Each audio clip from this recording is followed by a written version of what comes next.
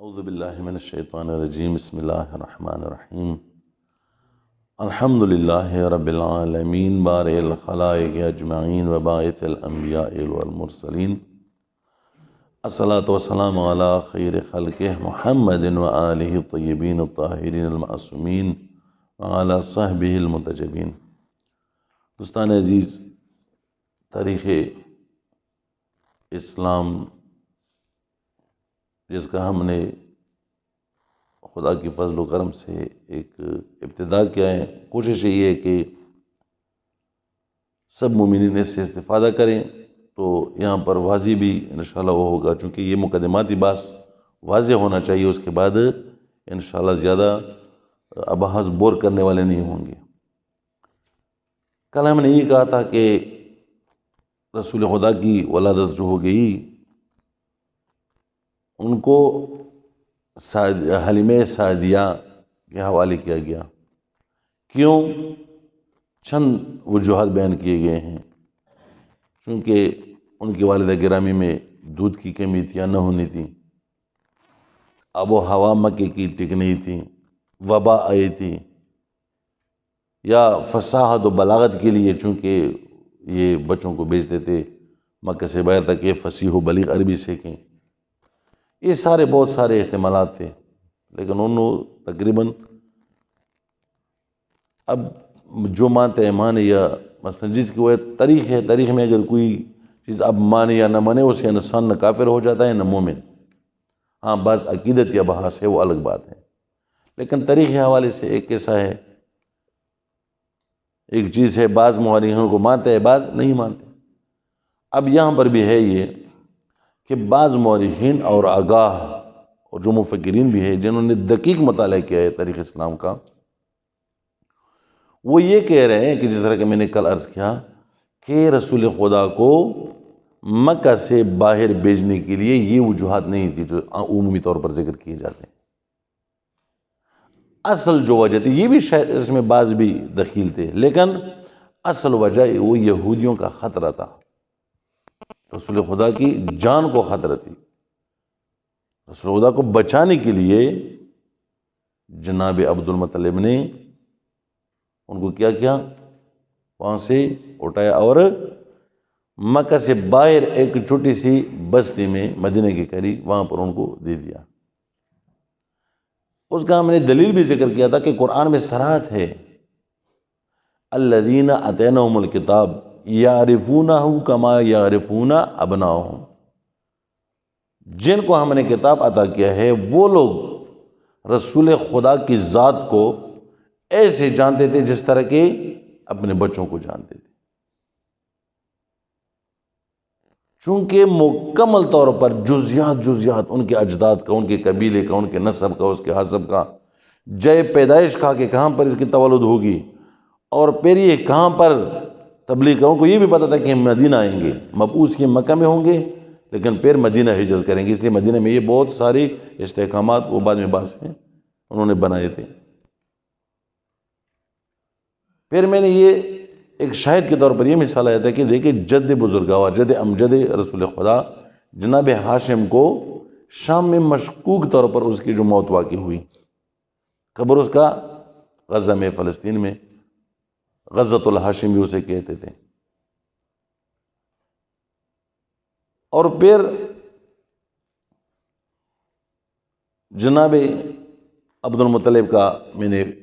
کل کیا، یعنی ابھی یہاں سے نیا بات شروع ہو جائے گا کہ 9 سال بعد جناب مطلب ہاشم کا بھائی وہ آتے ہیں اسی طرح تجارتی کروانوں کے لیے، چونکہ وہ بعد میں وہ اپنے قبیلے کا سردار اور مکے کا وہ ہوتا ہے، وہاں سے تشریف لاتے ہیں اسی گھر میں، چونکہ مشہور تھے کہ جو بھی سردار آتے تھے اسی جو قبیلے خزرج کا جو رئیس تھا وہاں پر ٹھہرتے تھے، یہ بھی آتے ہیں، مہمان ہو جاتے ہیں۔ وہاں پر چھوٹے بچے آپس میں کشتی لڑتے ہیں، آپس میں لڑائی کرتے ہیں، وہ چھوٹے نہیں، اس کے لیے شوخیاں کرتے ہیں، اور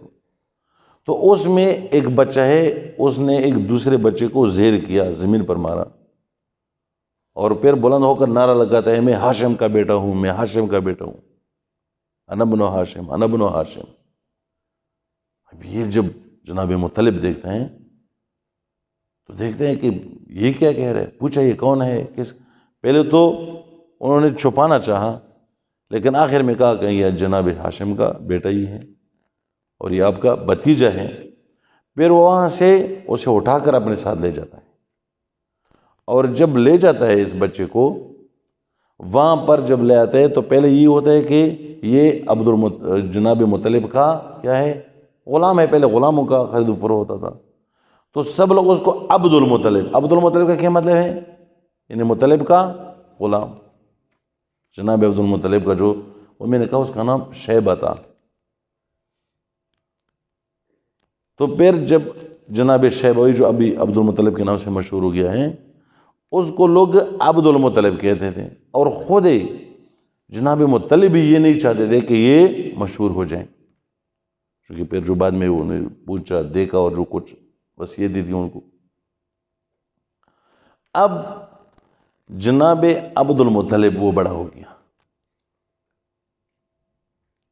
اور وہ بھی اسی طرح کیا ہو گیا، رئیس سے جب جناب مطلب فوت ہو گئے تو جناب عبد المطلب کیا ہو گیا، وہ اس کی جگہ پر بیٹھ گئے۔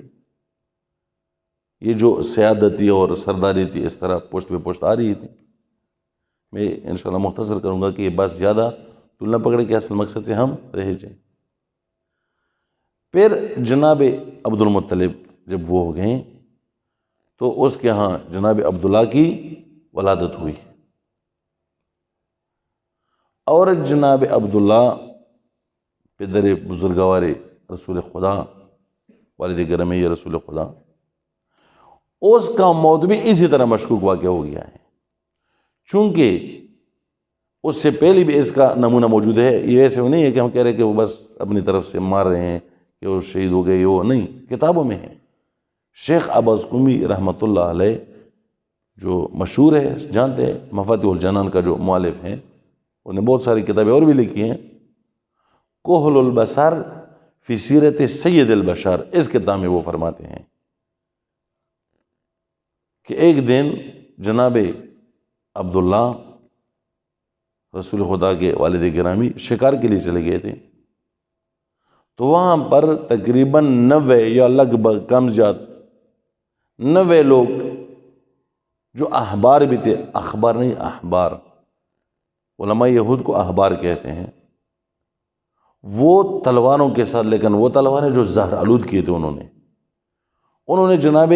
عبداللہ کو گھیر لیا۔ یہاں پر وہاب ابن عبد مناف، رسول خدا کا جد مادری، رسول خدا کا نانا، وہ اس پر نکل آئے، دیکھ لیا کہ جناب عبداللہ کو انہوں نے گھیر لیا ہے۔ انہوں نے بھی اس پر وہ مدد کی اس کی، لیکن وہی روایت کرتے ہیں، اصل میں وہی جناب وہاب سے روایت کرتے ہیں کہ وہ فرماتے تھے کہ میں بھی آ گیا میں بچانے کے لیے، لیکن میں نے دیکھ لیا کہ کچھ ایسے مرد تھے کہ دنیا میں اس کی شبیہ میں نے نہیں دیکھی تھے تو ہماری طرح انسانوں جیسے، لیکن عجیب و غریب خوبصورتی یہ وہ لحاظ ہے کہ میں نے اس طرح آدمی نہیں دیکھے تھے۔ وہ آ کر جناب عبداللہ سے انہوں نے کیا کیا، دفاع کیا، ان کو بچایا یہودیوں سے، اور جناب عبداللہ واپس آ گئے مکہ میں۔ یہ جناب شیخ عباس قمی کا واقعہ ہے، یعنی یہود اس کے پیچھے پڑے ہوئے تھے، پہلے جد پھر یہ، وہ آخر میں چونکہ وہ جانتے تھے حسب و نسب و نشانیاں موجود تھیں۔ حتیٰ یہ بھی ہے کتاب تاریخ میں ملتی ہیں کہ ایک عورت کو انہوں نے مأمور کیا کہ وہ جا کر جناب عبداللہ سے شادی کرے، بار بار وہ اس کے ساتھ کہ مجھ سے شادی کرو، مجھ سے شادی کرو، تاکہ نور نبوت جو ہے، وہ میں نے کل بھی عرض کیا تھا کہ وہ نسل اسحاق سے نسل اسماعیل میں نہ چلی جائے۔ یہود آپ کو پتہ ہے یہ نجات پرست ہے، نسل پرست ہیں۔ یہود کی دین میں وہ تبلیغ نہیں کرتے دین کے لیے، ہم تو کرتے ہیں نا کہ کوئی مسلمان ہو جائے، یہ ہو جائے، سارے دین سوائے یہود کے، چونکہ جو خونی طور پر یہود ہو وہی یہود ہو سکتا ہے، باہر سے کوئی یہودی نہیں بن سکتا۔ ان کی کتب میں ہے یہ، وہ کہہ رہی اصل جو ہے انسان وہ یہود ہیں، باقی جو انسان ہے یہ بہائم ہے، جانور ہے، یہ خدا نے ہمارے لیے پیدا کیے ہیں۔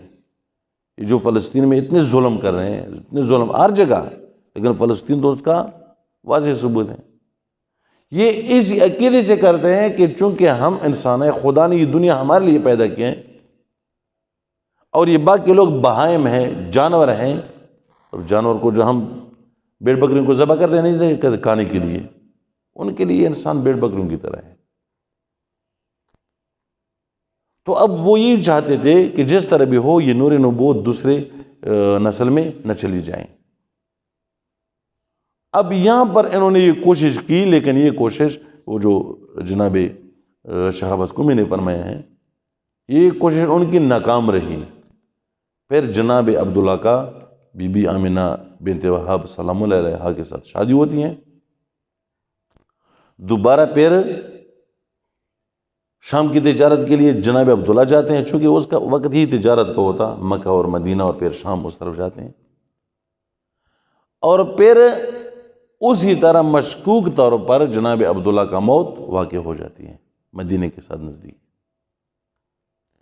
اب یہ احتمال دیتے ہیں مورخین کہ ٹھیک ہے ایک دفعہ تو بچ گئے، بہت ساری کوشش کی انہوں نے، وہب بن عبد مناف نے بچایا، اور وہ جو خدائی ہوتی ہے اس میں فضیلت بھی ہے کہ خدا نے عبداللہ کو بچانے کی انتظام کی، چونکہ اس کی صلب مبارک میں رسول خدا کی نور تھی۔ لیکن اب ان کو ملا ہوگا موقع کہ جناب عبداللہ کو انہوں نے کیا شہید کیا ہوگا۔ میں نے کہا یہودی انتہائی ایک پیچیدہ قوم ہے، آج کل تو بہت سارے سمجھ گئے ہیں،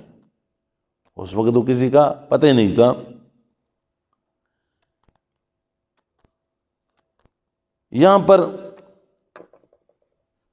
ایک ہی نقطہ اور وہ کروں، ایک اور دلیل جو یہاں پر ذکر کیا جاتا ہے کہ یہودی اس کے پیچھے پڑے تھے، رسول خدا کے پیچھے، وہ جناب ابو طالب کا سفر شام تجارت کے لیے رجاتے تھے، شام کی تجارت کے لیے رجاتے تھے، تو کمسینی میں رسول خدا کو بھی اپنے ساتھ لے گئے تھے۔ وہاں پر راستے میں بحیرہ راہب جو مسیحیوں کا ایک راہب تھا، ان کے پاس تیرتے تھے، یہ جب دیکھ لیا راستے میں تو فوراً جناب ابو طالب کو کہا کہ یہ بچہ کون ہے؟ اس نے کہا یہ میرا بھتیجا ہے۔ اس نے کہا فوراً اس کو واپس کرو۔ جناب ابو طالب ہے نا، کیوں؟ اس نے کہا اس کی پیشانی میں نور نبوت دیکھ رہا ہوں، جو علامات میں نے پڑھے ہیں کتابوں میں وہ علامات اسی بچے میں ہیں، اور اس کو بہت خطرہ ہے، یہ تاریخ میں ہے۔ یہ فوراً اس بچے کو یہاں سے دور کرو اور اس کو نہ لے جاؤ شام اور فلسطین میں اب جہاں جا رہے ہیں۔ اور پھر تاریخ گواہ ہے کہ جناب ابو طالب نے وہیں سے رسول خدا کو واپس مکہ بھیج دیا۔ تو یہ سارے شواہد مل کر اسی سے اندازہ ہوتا ہے کہ یہودی سب سے پہلے یہ کہ اس کا وجود نہ آئے، اگر وجود آنا بھی چاہے تو وہ ہمارے ایک اس میں آ جائیں کہ وہ نسل اسحاق میں ہی یہ نور نبوت قائم رہے۔ پھر دیکھ لیا کہ نہیں ہو سکتا تو خود رسول خدا کو مارنے کی کوشش کر رہے تھے۔ ایک شاید مثال اور بھی دنوں پہ انشاءاللہ چھوٹی ہے، وہ یہ کہ ایک دفعہ جناب حلیمہ سعدیہ نے دیکھ لیا کہ کچھ بندے ہیں وہ رسول خدا کی تلاشی دے رہے ہیں، ان کی کندھوں کو دیکھ رہے، نشانے سے دیکھ رہے تھے۔ اس کے بعد فوراً حلیمہ سعدیہ سمجھ گئی کہ ابھی رسول خدا کے لیے یہ میرے ساتھ یہاں پر بھی رہنا ٹھیک نہیں ہے، یہ نامن ہو گیا ہے۔ فوراً ان کو اپنے چچا کے حوالے کرتے اور اپنی والدہ کے حوالے کرتے کہ اب یہ امانت لے لو، یہ مجھ سے نہیں سنبھالا جا سکتا، شاید اس کو کوئی خطرہ درپیش ہو گیا ہے۔ اور پھر اس کے بعد ہی 5 سال کی عمر میں رسول خدا کو اپنی والدہ اور اپنے چچا کے حوالے کیا جاتا ہے۔ ٹائم بہت زیادہ ہوگی، انشاءاللہ کل کے لیے دوبارہ اور ان ابحاث کو ختم کر کے